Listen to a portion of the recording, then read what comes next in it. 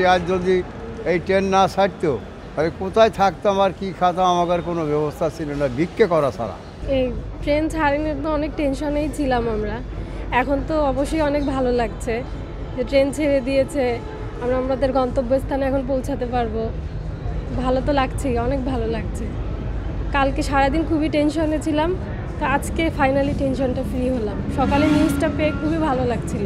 খুশি মানে কি, আজ 2 দিন ট্রেন অবরোধ হওয়ার কারণে আমরা সাধারণ মানুষ এই স্টেশনে আসিয়ে দূর দূরান্তে আসিয়ে আবার ফেরত চলে গেছি, কত বোর্ডিং ভাড়া করে রয়েছে। আজকে যখন ট্রেন ছাড়ছে তখনতেই আমাদের কারো চোখে ঘুম নাই, খুশির চোটে এত খুশি যে আমরা এখন এই আমার বাড়ি রাজবাড়িতে আমি আজ 4 দিন হলো এই রাজশাহী আইছি। আমি 2 দিন আগে বাড়ি যাব, এই অবরোধের জন্য যেতে পারিনি। আজকে ট্রেন ছাড়ছে, আর কত যে খুশি। আজ যদি এই ট্রেন না ছাড়তো তাহলে কোথায় থাকতাম আর কি খাতাম, আমার কোনো ব্যবস্থা ছিল না ভিক্ষে করা ছাড়া। আমরা এখন খুব খুশি। আমরা এই 2-3 দিন আটকা, আজকে ট্রেন চলছে, আমরা খুব ভালো লাগতেছে, খুব খুশি লাগতেছে। তবে আমাদের বাড়ি রাজবাড়ি, আমরা এই রাজশাহী আসছিলাম, তাই আল্লাহ নেয় তো আল্লাহ নেবে এখন মনে হচ্ছে, তা আমরা যাব, আমরা খুব খুশি। স্বাস্থ্যকর অল টাইম হানিকম, সব সময় অল টাইম হেলদি লাইফ। আমরা অবশ্যই খুশি, কারণ একটা মানে কি বলা যায়, এটা ঝামেলাপূর্ণ পরিবেশ থেকে আমরা একটা ভালো পরিবেশে যাচ্ছি, এটা তো মানে খুশি হওয়ারই ব্যাপার।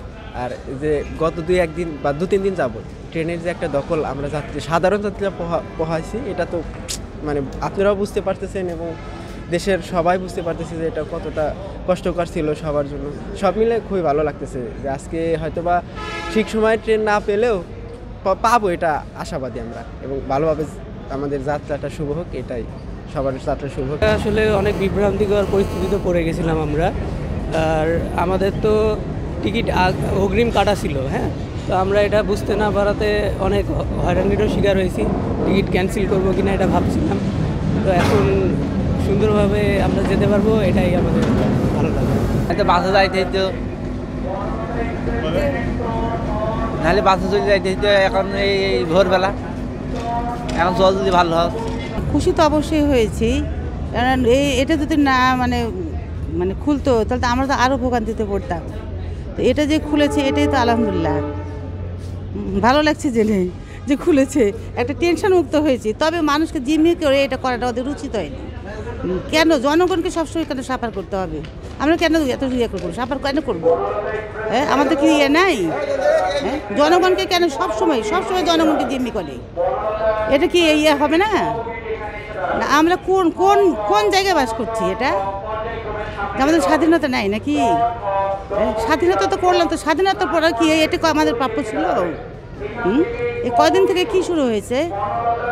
তবে হ্যাঁ, ভালো লাগছে জানে যে আজকে আমাদেরকে ঘুরতে হয়নি, আজকে ঠিক মতো সময় মতো আসছে।